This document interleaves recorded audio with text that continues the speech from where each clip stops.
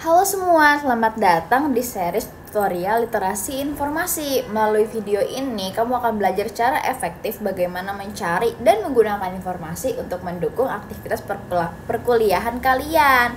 For your information, series literasi informasi ini terbagi menjadi 4 modul. Jadi pastikan kalian menonton semua modul agar lebih paham terkait literasi informasi. Nah, akhirnya kita sampai juga nih guys di akhir video. Di video yang terakhir, aku bakal jelasin apa itu penggunaan informasi. Kenapa sih kita harus tahu penggunaan informasi? Informasi bukannya tinggal disebarin aja ya. Tunggu dulu, sebelum aku menjawab kebingungan kalian terkait penggunaan informasi, kali ini aku bakal jelasin dulu apa itu penggunaan informasi. Jadi pastikan kamu tonton sampai habis ya. Sebelum masuk ke pembahasan, aku bakal jelasin dulu apa sih penggunaan informasi. Nah, penggunaan informasi itu tidak hanya menggunakan informasi yang kita temukan, tetapi penggunaan informasi juga menggunakan informasi yang efektif dan bertanggung jawab. Jadi di sini dijelaskan kalau saat kita menggunakan informasi, kita tuh nggak boleh tuh asal menggunakan, kita juga harus menggunakan informasi itu secara efektif dan bertanggung jawab.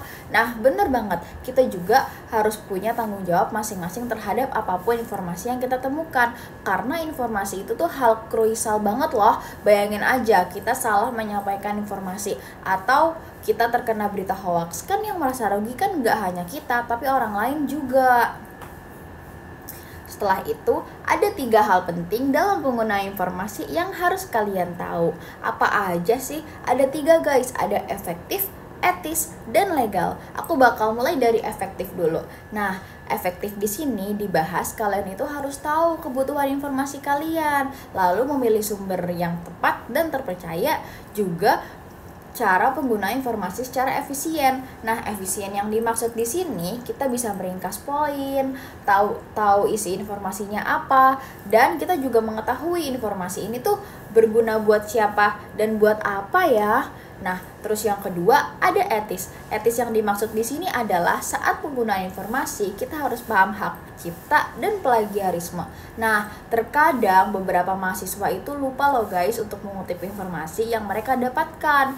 Nah, hal ini juga harus ditekankan kembali bahwa kita harus menghargai juga menghormati hak cipta. Nah, hal yang harus diperhatikan lagi saat menggunakan informasi yakni menjaga privasi informasi. Kita dituntut harus paham dan mengerti bahwa informasi itu harus digunakan secara bertanggung jawab.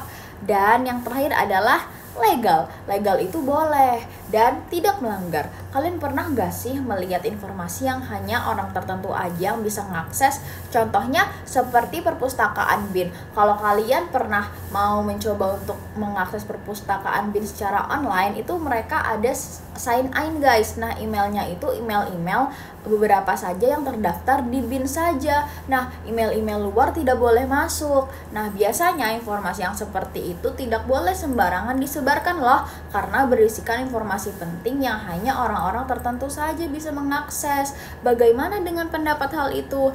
Nah, kita harus mengerti sama menghargai informasi itu. Kita harus paham.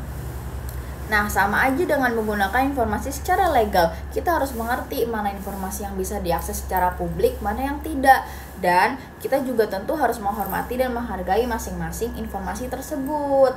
Nah, selanjutnya, kalian tahu nggak sih kalau misalkan penggunaan informasi itu berhubungan sama framework LI, framework literasi informasi, yaitu tentang bagaimana menerapkan informasi dan berbagi informasi.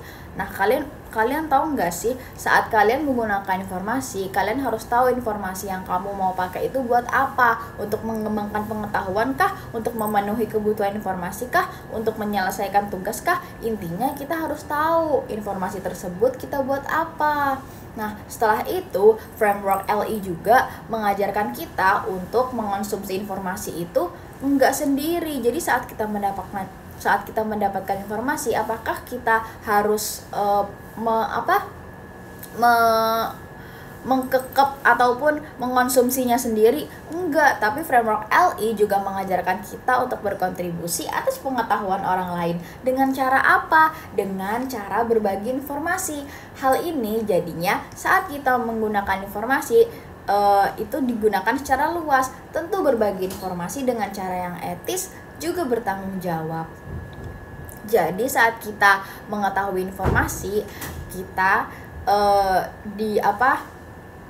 diyakinkan untuk menyebarkan informasi. Jadi secara tidak langsung kita juga mengembangkan pengetahuan orang lain juga, guys.